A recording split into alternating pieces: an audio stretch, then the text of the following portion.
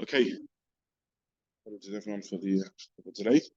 So we're looking at the Gemara on Kuf Chafei Amud Aleph, top Kuf Chafei Amud Aleph. And we began looking at the Rishonim. I just really want to go through the Rishonim again. Tosfos asks the question that the Gemara says Krumish Machzeles Mutzah L'Talton Shabbos.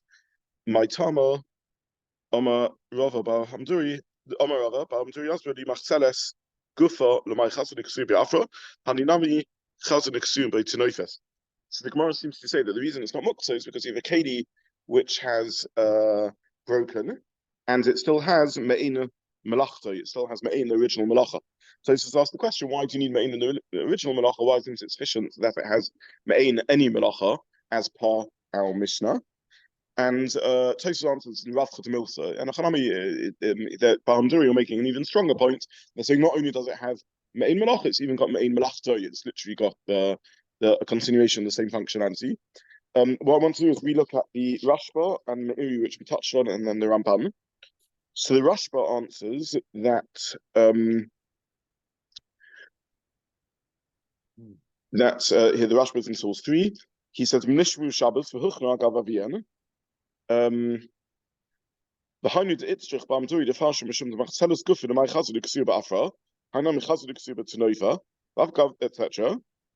The reason is because given the So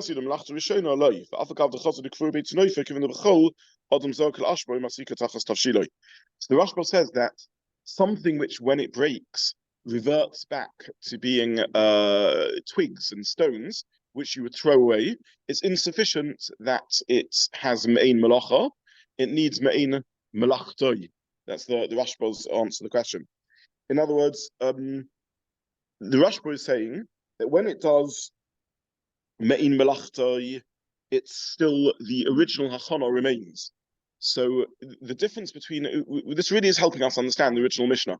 The Mishnah brought a suffix, a machlokus, when something breaks. Do you need me'in melachot or do you need me'in melacha? The svara of me'in melacha is that it's a kli and it still has a functionality. So why should it be Muktza? A kli is made for any hishtamshus. So it's true that it broke and it no longer has its original hishtamshus, but it still has a hishtamshus, and therefore that's the whole lomtus of a kli, is that it's made for any hishtamshus you can give it. Even a kli shemlachta le'issa, which can't be moved stam, can be moved l'tzorech gufay. Why can it be moved l'tzorech gufay? Because it's a kli. A kli is your slave that's made for any hishtamshus. So the logic of main melacha is that you have a kli. The kli is made for a hishtamshus, and it's true, its original hishtamshus is gone, but you've got another hishtamshus from it, so why shouldn't that be there? The logic of me'in melachot is that the original hachana remains, and therefore the svara of the Rashba is that on Shabbos something can cease to be a kli. We saw the svara earlier. Something can cease to be a kli. It broke, so it can cease to be a kli. That's a change, if you like, in Metzias almost. It can cease to be a kli. However, hachana, we say ein Muktza l'chatzi Shabbos. Once something is muchan, it's muchan. So if it does me'ein melacha, the original hachana has gone. If it's only me'ein melacha, the original hachana has gone because it doesn't do me'ein melachot. And to give it a new hachana, you can't because, or to say that it's only to finish tamshus, you can't because it's merely twigs. Whereas if it does me'ein melachot, there. So again, so just to clarify, something which does where the me'ein melachot has gone, the original melacha has gone. If it's made for a new hishtamshus, so it's not Muktza. That's the logic of the Gemara, of the Mishnah, I'm sorry, that says that me'ein melacha is enough because it's still made for hishtamshus. Over here, says the Rashba, it's not made for hishtamshus because it's merely twigs. So if it's not made for hishtamshus because it's merely twigs, what would allow, and these are things which you would normally throw away. Therefore, says the Rashba, only if it has me'ein melachta harishonim, that it has the original melacha, and as the original hachana is not bottled. So again, just to zoom in to make this crystal clear, when you have a keli which breaks and you still have something which is particularly useful, that isn't twigs and so on, has something useful to it.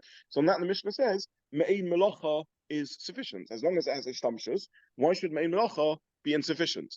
Over here, what you have is something which is effectively twigs. It's just reeds. You made it into a makteles, you made it into a mat, but it's no longer a mat. It's just twigs. So if it has Me'ein melachta, so you've got preserved the original hachana, so even though there's nothing that now distinguishes it anymore from any other twigs, that would be sufficient. But if it's lost me'in melachta, it no longer has the original hachana, so what have you got over here? You've got twigs. I mean, you can always use twigs for things. There's nothing that distinguishes these twigs from any other twigs. Therefore, there's no reason that it shouldn't be Muktza. Does this make sense? Yeah. Okay. So in brief, what we now have is a tweak on the original Mishnah. The original Mishnah is talking about something where it breaks, but what you have is still something that's useful and unique. So if it's useful and unique, why should it only? If it's got no use whatsoever, then of course it's become muktzah. It doesn't matter that it came from a tree, but it's completely useless. But if it's got a use, any melacha, me'in melacha, that's sufficient. That is not muktzah. Over here, what you've got is twigs. Twigs are, there's nothing that singles them out. There's nothing that makes them useful and unique. So the fact that you can use it for something, why should that be a svara for it not to be muktzah? On that, the Rashba says, therefore, everyone here would agree that you need me'ein melachto, you need it to have something unique about it. I think this is such a good answer. I struggled a little bit to understand what the other Rishonim would say, what Tosfos would say, and so on. In other words, the Rush. I think again, I don't exactly have a picture of the Metzias, but I'm picturing the only mats I ever come across, which are sukkah schach mats, where sometimes the canes sort of fragment out, and what you're left with once a little bit of the cane comes out, it's a twig.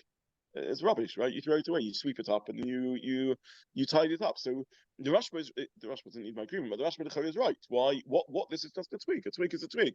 So if you want to argue that this twig is made for a new hishtamshus, nonsense. It's not. It's not a keli. It's not made for any hishtamshus. If it's still got the original hishtamshus, then you can see you could leave it up then. And in fact, this is again ma'asim chalion with I know schach is something very different. If the twigs are still if the twigs get detached when you put them up there, you'll often still use them as shade because they're up there. You wouldn't go out to your garden and get some other twigs. They still linger with the original hishtamshus. But there's definitely nothing about them that would mean they're muyuchad for having a new hishtamshus. So I don't understand Tosfos' svara. The Mishnah is talking about something which is a kedi. Again, it's difficult to picture the metzias of how things were used in those days. But the Mishnah is a kedi, and the broken shard isn't just a piece of rubble. It's still formed into something useful. Picture a bowl which is now a plate or something like that. It's still got something useful to it. It's still a kli hishtamshus, and that's the Londons of the Mishnah that's sufficient not to be muktzah. Whereas here, where it's a twig, it seems difficult to understand why what would be the counter argument to the Rashba, who says that why should it be muchan just because it has a hishtamshus? All stones and twigs, you have things you can do with them. It's not enough to make them not muktzah. They're not omid for their hishtamshus. There's nothing that's miyachad them for a kli. The Meiri gives three answers. Let's just try and go briefly through the three answers of the Meiri. His first answer is Yesh Matat from Shkol Shiur Egem Lachtam Muktza Taltzven Ketim Kelim Shleimim of them Ein Oisim Keim Lachtam Afal Pish Oisim Kein Melach Ein Metolin and the Sorch Ois Inyan Sheim Ru'in Loi Achshav. So the first answer of the Meiri is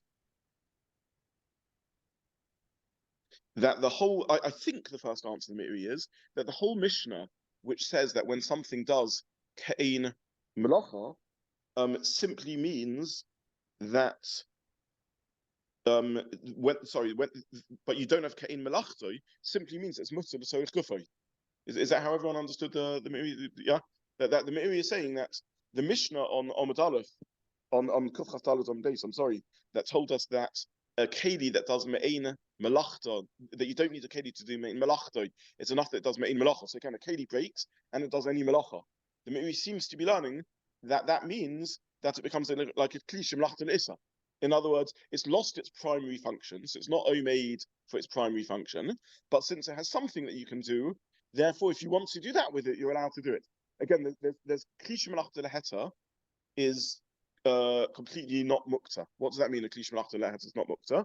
It means it's omeid for its primary shtamshus, and it's omeid for any other shtamshus that you can squeeze out of it. And it's mutter just to move around, what we call mechama l'tel, because it's omeid for a primary shtamshus, which is not Muktza.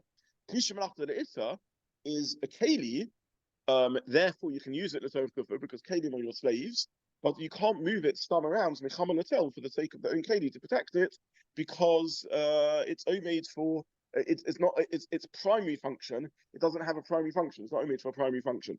Now a keli shemlachta l'hetza breaks on Shabbos, so the Mishnah says if it has me'in melachta, it has its original melacha, it's not muktza at all. It remains kli shemlachta l'hetza, very good. If it only has me'in melacha, the Meiri, I think, understands it to be saying that it now becomes like a kli shemalachta le'ista. That's what the Mishnah is saying when it says it's not mukta. The point of the Mishnah is it's still a keli because it still has a melacha. But can you argue that it was set aside before Shabbos for that melacha? You can't argue it was set aside before Shabbos for that melacha. It's still a keli because it still has a function. It wasn't set aside for that function before Shabbos, and therefore it's a kli shemalachta analogous to a kli shemalachta le'ista, and therefore you can move it l'torach gufay. And therefore, when our Gemara says that it needs me'ein melachta rishona, the point of the Gemara is it's trying to say it's not muktzah at all, it's broken machteles, as opposed to saying that it's muktzah l'torach gufay. Yeah, definitely.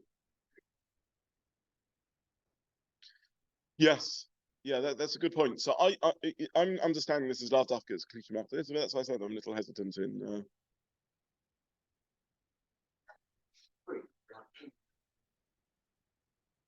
If that's what he means, then yes, then that's true. Yes, yes.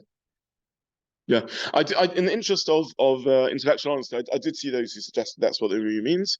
And what would the lambdas for that be, though? Why would it be that it would be masa?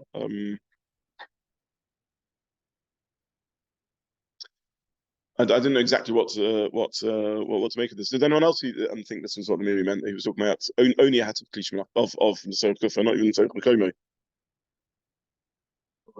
Just learning that some like very different from other fishing activities.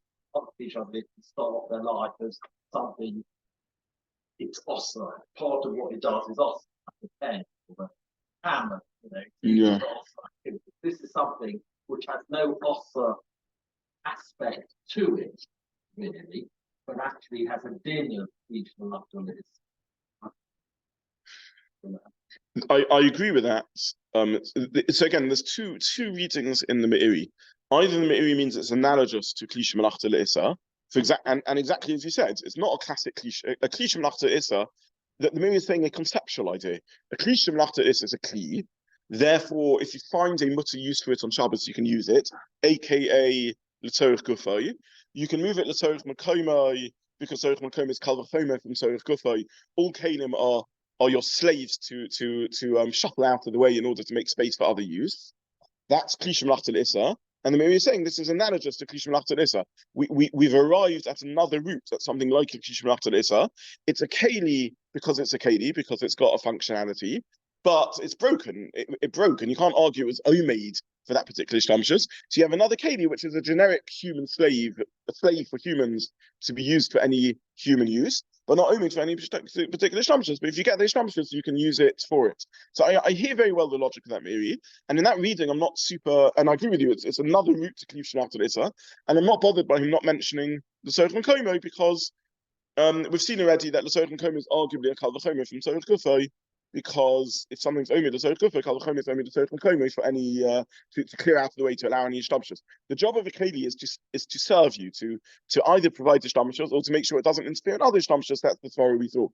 The alternative reading, maybe, which I have to confess is a touch better, is that he's saying a new svara that it's mutter the Sod Gufay only. It's only mutter l'torach gufay.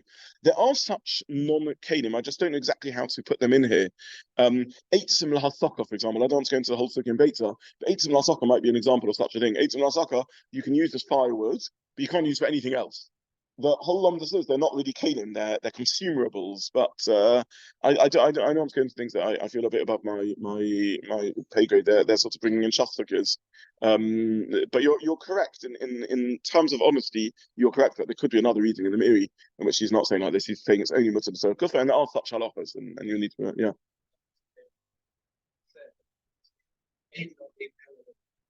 Sure, and did we not learn exactly the reason that you can move the melachot and the sort of color is exactly that. All Kelim are not only omed to serve the purpose of that they are designed for, but they're also omed to be moved out of the way if you need the space they're in. So in that case, that would be or told.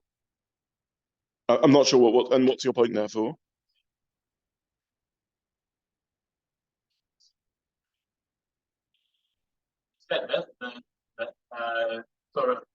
Sort of comma is essentially an extension of a sort of Kelim because out of the way. That sort of Torah is the period language is actually just also including sort of comma as well. So oisa inyan or to inyan shem ru'ina achshav. Yeah, but I'm in a way that I am saying like I'm saying oisa inyan shem ru'ina achshav means sorkuf and sorkuf makomo. That is. Oisa inyan shem ru'ina achshav means the sorkuf of the use. I'm arguing that sorkuf makomo is an extension of that, but I don't know. I don't know what I'm not quite sure what to make of this Meiri exactly. Okay, the second answer to the Meiri, which I messed up a bit last time, obligation matatz shem ach shmak tzeles kodem shenase lo yachalakav omdim ela l'streifa. You see Savash afbish in this paramu where it broke up. You chosus the kadmusan. It goes back to original status. But if it teaches us shem ach shurin kein melachton dina kedina machzadas atzman. So the second answer to the Meiri, the begins a bit like the Rashba, that it's going back to twigs and stones and has no intrinsic significance. It's just gone back to something which is Omed the Streifa, or the Rashba said, the Chol Adam Zerk and Ashba. Something that you throw away or something that you burn. But he's carrying on. He seems to be saying that on Chol Enochanami, they go back to being Avonim and Eitim. But Nishma B'Shabbos, the Hachana, the original Hachana, remains as long. The Rashba said, I'm sorry, that in Chol the Enochanami go back to being twigs, but on Shabbos the original Hachana remains. That's what the Rashba says. But the Meiri seems to be saying, since these sticks came from a keli, therefore the shem keli remains on them as long as they do me'ein melachon, and therefore he seems to be saying even if they're nishba on Chol, the shem keli would remain on them like the original Maseret. In other words, not just are they muchon like the Rashba, but they're even literally kelim. In other words, even though this Kona, physically I have in front of me two twigs. The twigs are identical. There's no difference between the two twigs. Nonetheless, since this twig came from a keli, it remains with the shem keli. And since this twig never came from a shem keli, it doesn't remain with the keli. Let me again just try and crystallize the point that we're making. Hachana is clearly a halachic concept connected to Shabbos, which is chal on Shabbos and determined by the start of Shabbos. Let's just transfer this out as clearly as possible. We last year or two shiurim back, we became aware that there's two and somewhat similar concepts floating around that behave very differently. One question you need to ask yourself is the object in front of me a keli? And that's a live question. At this moment in time, is it a keli or is it not a keli? It's not something that's chal or chaburah at the beginning of Shabbos. It depends, is it a keli or not a keli? A keli is a reality. A keli is not always physically manifest. You can't always see the difference between a keli and a non-keli. A keli is a functionality which we humans imbue into objects. But once the object has it, it now has it as a halachic reality, as a status, if you like, of what it is. If I have two stumps of wood, one of which is just a stump of wood in the forest, and the other one I've made into a tea table, that's a keli. It's now my keli. I've set aside as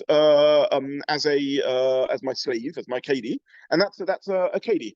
If I have two cup-shaped entities, one is a piece of stone where over thousands of years the dripping of the water has carved it, has hollowed it out, but it's just a random stone in a forest, then it's not a keli. The other one is one which I specified as a keli and maybe hewed out myself, then that is a keli. So even though physically they're identical, but a keli is a status which is imbued by human functionality. It's not a concept that in and of in itself is connected to Hilchos Shabbos, nor is it a concept that in and of in itself is chal, that should be sort of fixed and remain immovable. Hachana, on the other hand, is a pure halachic status. of in Hilchas Shabbos, whether it's muchon or not muchon for my needs, but determined by the beginning of Shabbos. And that's why something is not muchon at the beginning of Shabbos, it can't become muchon on Shabbos. That's the very concept of Muktza. And that's why something is muchon at the beginning of Shabbos. Normally we say that ein Muktza l'chatzi Shabbos. It doesn't lose its hachana status over Shabbos. So the Rashba argues that the machzeles that breaks, if it broke on Erev Shabbos, would definitely be Muktza because it's twigs. Why should its status not be determined by why should the status not change? It broke on before Shabbos, it broke on the weekday, so it'd definitely be Muktza. If it broke on Shabbos, there you have the svara of it remaining Mukham. The Meiri is saying a different svara. The Meiri is saying a svara in Kelim that whether it broke on Erev Shabbos or on Shabbos, you have two identical twigs. One came from a keli, one didn't come from a keli. The one that came from a keli remains as a keli as long as it has its original functionality. Why do it remain as a keli as long as it has its original functionality? Because I set aside these reeds to be my kelim. True, the reeds have now fallen apart, but that I set them aside to be my slaves, my servants, my kelim, and therefore they remain with their keli status even when they broke. So in Halacha L'Maisa, the Meiri would say if it breaks on Erev Shabbos, it remains a keli, and therefore as long as it has original functionality, even on Shabbos, then it's a keli. I have these twigs, and these twigs are a keli, even though they're physiologically identical to any other twigs. That's the Meiri's reading of things. The Rashba's reading of things is, if it breaks on Erev Shabbos, it's just a twig. If it breaks on Shabbos, since when Shabbos came in, it was muchon, as long as it hasn't become completely detached from the original hachana, it remains in its hachana, even now that Shabbos has come in. That's the summary of the difference between these two answers. Yes?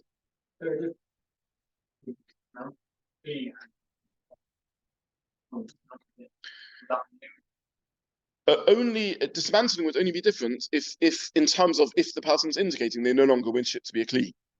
But if they dismantle it for some, I don't know, for some other reason, something not, but it's only technically that you can make something out of being a kli. If you, I mean, that's really zarkul ashba in a sense is what it means to make something into a non-kli. Yeah. Because we had with the Kelim, the previous example, we had to say in Zaka Yom Ashba. With the Rashba, you'd only took us the Machatzonot because it didn't actually need to teach us Zaka Yom Ashba. Right. So you're saying that according to Rashba, it's not a repetition of the previous sugya. It's a new halacha that Machtzeles. Okay, I hadn't thought this through. I hear what you're saying. That with Machtzeles, it's a new halacha. It's not about it. It's that if it breaks, then automatically on Erev Shabbos it's considered rubbish. So you have Kelim, which okay. So I hear your point. Adam's pointing out that according to the Rashba, we have three sorts of Kelim. We have a Kli Gomor, which even if you throw it in the bin, botla data, because it's a Kli Gomor. Then you have a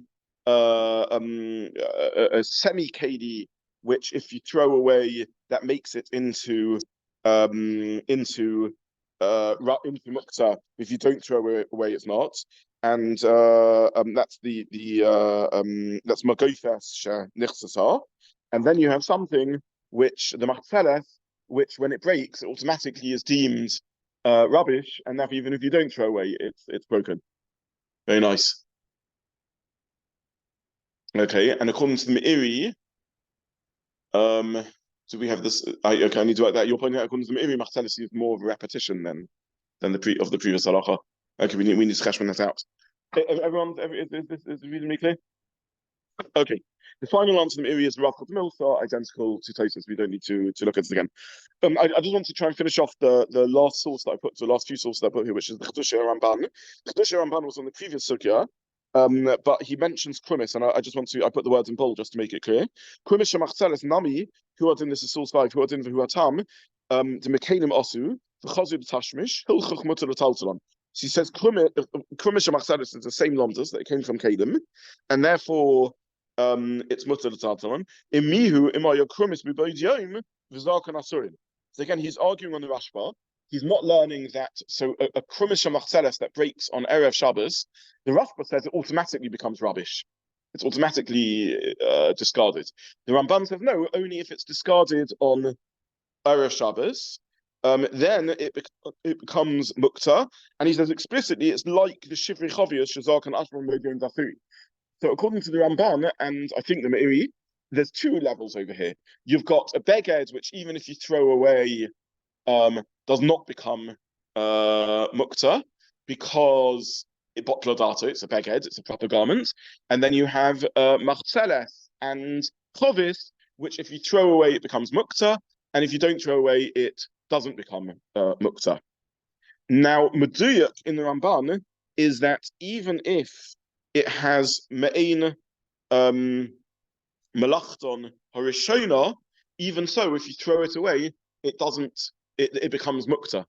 Again, in the previous sugya, all we saw was that when you have a chovis, a magotish chovis that breaks, or a chovis that breaks, and you throw it away, it becomes Muktza. That's because all it does is Me'ein Melacha. But what happens if it does Me'ein Melachton Horishona? If it literally does the original Melacha, does throwing away even there make it Muktza? You see in the Ramban that the answer is yes. Even when it does Me'ein Melachton, nonetheless, if you threw it away, it becomes Muktza.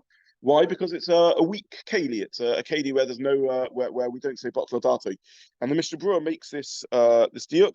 We saw the Mishnah Berurah in the previous sugya, but we weren't yet ready to learn it completely. If you look in the previous source sheets, this is the Bia Halacha on Shulchan Aruch Siman Shin Chasi Zayin Bia Halacha de Bia Masel the Im Zalka. So let's just have a quick look at the Shulchan Aruch. The Shulchan Aruch said that this was in the previous sugya, that chatichas cheres shenishbra b'chol mikli. This is the kuf chafalot on the base. A chatichas cheres that breaks. V'ur lechasus b'kli. Mutter l'taltal afilu makom she'en kenim etzuyim sham. V'mzakel ashram b'medyayim asa l'taltal ben shabbat l'miyos oid kedi. Given shabbat l'miyos oid kedi. So the Shulchan Aruch says that you're not allowed to use it. V'mzakel says the Halacha. That's even where it can still be used for its original melacha. If Raya, and he brings Raya, when it comes in your base, Gabi Shiur Machzolos, that's our sugya, and I printed that on the source sheet. The Shom Royal Machta Rishona, there is Royal Machta Rishona, because it's through Gemara, Vafid Hachi, also Kishuzaka, even so, it's also when you throw it away. So just to summarize, the Ramban learns that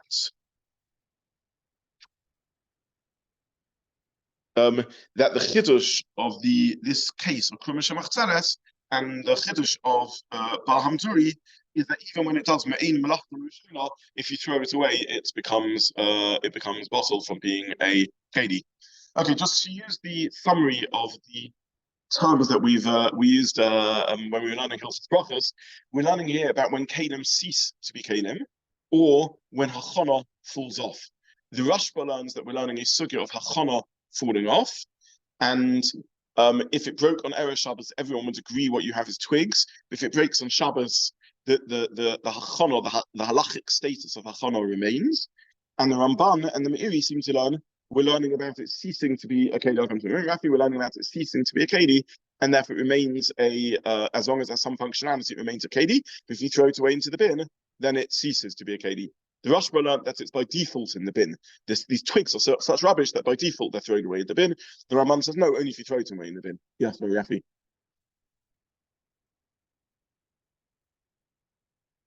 Yeah.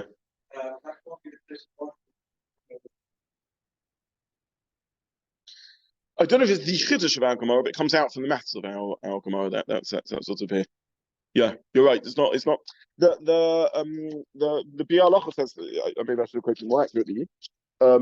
He's really saying that's the chiddush of the Shulchan Aruch and some in your base who brings our Gemara and adds it in the din and Mizak and Ashram Medium after the Talmud. Your point is right. Yeah. Okay, so we'll stop here in a minute, and we'll start from the two dots on. Yes.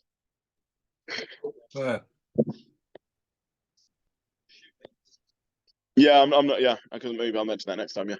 Okay. Yeah. Yeah.